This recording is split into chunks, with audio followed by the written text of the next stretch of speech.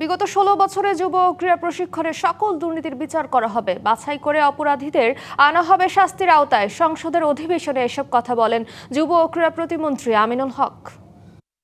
এই যুব উন্নয়ন বা যুব প্রশিক্ষণের বিভিন্ন নামে অনেক বড় বড় দুর্নীতির অনেক কিছু আমি ইতিমধ্যে পরিলক্ষিত হয়েছে আমার দৃষ্টিতে। দুর্নীতিকে আমরা কখনই কোনো প্রশ্রয় দিব না এবং যারা অবৈধভাবে বিভিন্নভাবে এই সুযোগগুলো নিয়েছেন তাদেরকেও আমরা বাছাই করে তাদের বিরুদ্ধে আমরা দ্রুত ব্যবস্থা নিব। যুব উন্নয়ন অধিদপ্তরের মাধ্যমে আমরা আরো ব্যাপকভাবে কর্মসংস্থান ব্যবস্থা করতে পারি এবং প্রশিক্ষণগুলো যাতে একদম সঠিকভাবে করা হয় সেগুলো আমি নিজে তদারকি করবো ইনশাল্লাহ ভবিষ্যতে। পাকিস্তান সুপার লিগ PSL এ করাচি কিংসের বিপক্ষে টস জিতে ব্যাট করছে লাহোর কালান্দার্স। শেষ খবরে লাহোরের সংগ্রহ 1 উইকেটে 5 রান। নিজেদের প্রথম ম্যাচে জয় দেখেছে লাহোর। প্রথম জয়ের প্রেরণা নিয়ে দ্বিতীয় ম্যাচেও সেই ধারা অব্যাহত রাখার লক্ষ্য শাহিন আফ্রিদিদের। প্রথম ম্যাচে বল হাতে 19 রান দিয়ে 1 উইকেট নিয়েছিলেন মুস্তাফিজ, আর ব্যাট পারভেজ ইমন করেছিলেন 13 বলে 14 রান।